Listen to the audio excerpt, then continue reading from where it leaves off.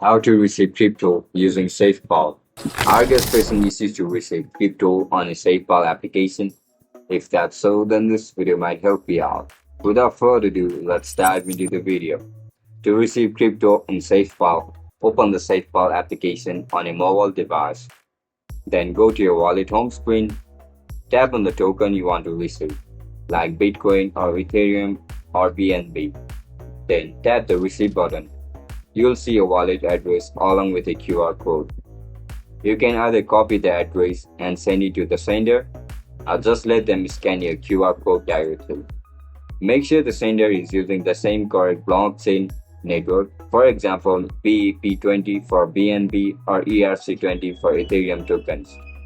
Sending on the wrong network can result in a permanent loss of funds.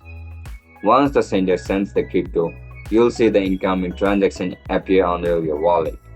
And if you are not sure how to complete any of these steps, make sure to check out our other videos on this channel for full guidance. And that's it guys. That's how you're going to receive wallets on SafePal. If you guys found this video helpful, don't forget to like, share and subscribe to our channel. I'll catch you in the next one. Bye bye.